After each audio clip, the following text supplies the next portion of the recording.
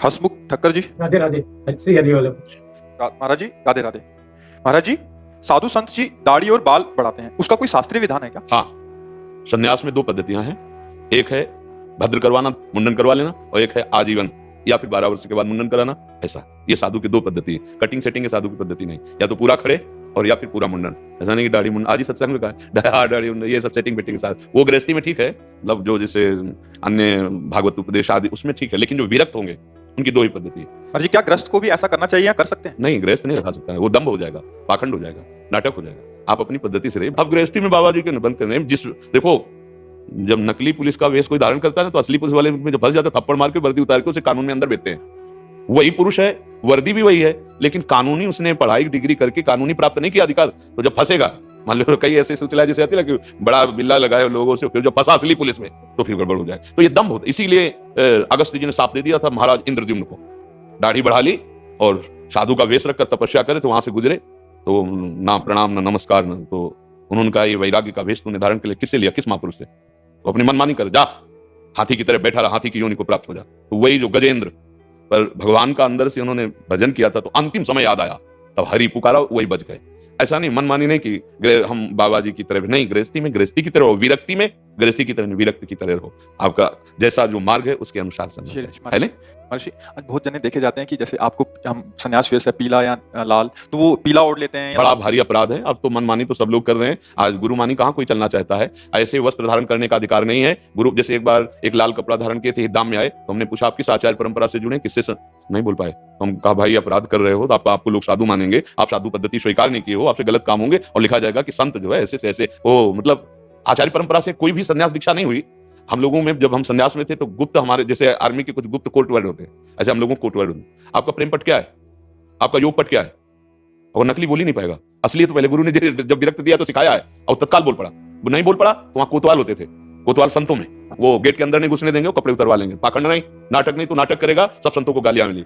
अब धीरे धीरे ऐसा समय नहीं आ रहा है, सब स्वतंत्र है। गृहस्थी में आप दिन में 3 बार बदलो, कोई परेशानी नहीं, लेकिन वैराग्य में जो गुरु ने वेश दिया है आजीवन वैसे बस जितना है उतने पे। अगर जटा रखा है तो जटा रखाइए, जो श्री जी की सेवा में मुंडन कराए, क्योंकि कहीं बाल श्री जी के भोग में न चला जाए, श्री जी की सेवा। तो 2 पद्धतियां हैं, तो दोनों पद्धतियों से साधक चल रहे हैं। गृहस्थी में है कि बड़ी स्वच्छ पवित्रता से आदर्श की तरह रहो, मनमानी आचरण नहीं। अच्छा, जैसे गृहस्थी में आप सेट कर सकते हो, आपको मौज, छोटी छोटी दाढ़ी रख सकते हो, मुछ रख सकते हो, बाल रख सकते हो, लेकिन विरक्त की सेटिंग कैंची नहीं।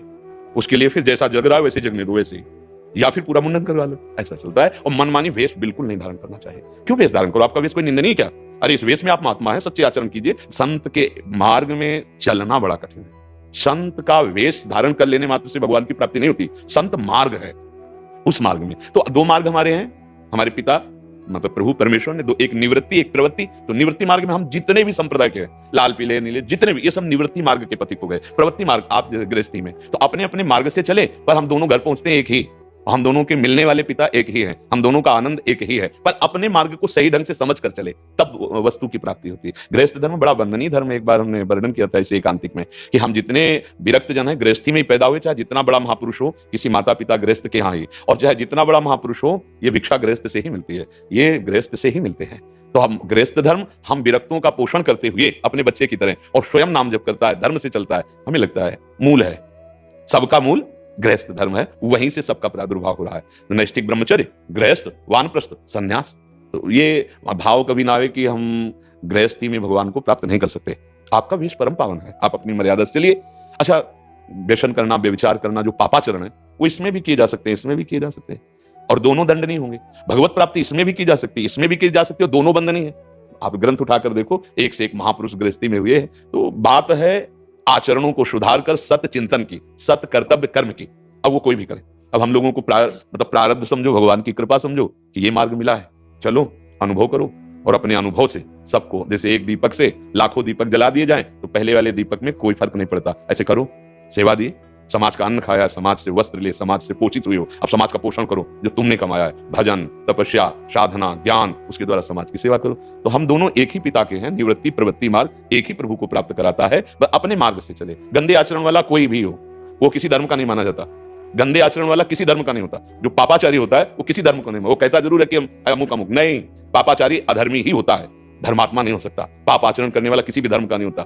हाँ, धर्म से चलो, भगवान की प्राप्ति सबके लिए समान भगवान है। पुरुष नपुंसक नारीवा जीव चराचर कोय, सर्व भाव भज कपट तज मोहि परम प्रिय सोय। भगवान कह रहे मुझे परम प्रिय है। देखो दंडकारण्य में बड़े बड़े ब्रह्म ऋषि विराजमान थे, लेकिन जो सबरी माता को प्यार मिला वो ब्रह्म ऋषियों को नहीं मिला। भगवान किसी ब्रह्म ऋषि की कुटिया में नहीं गए।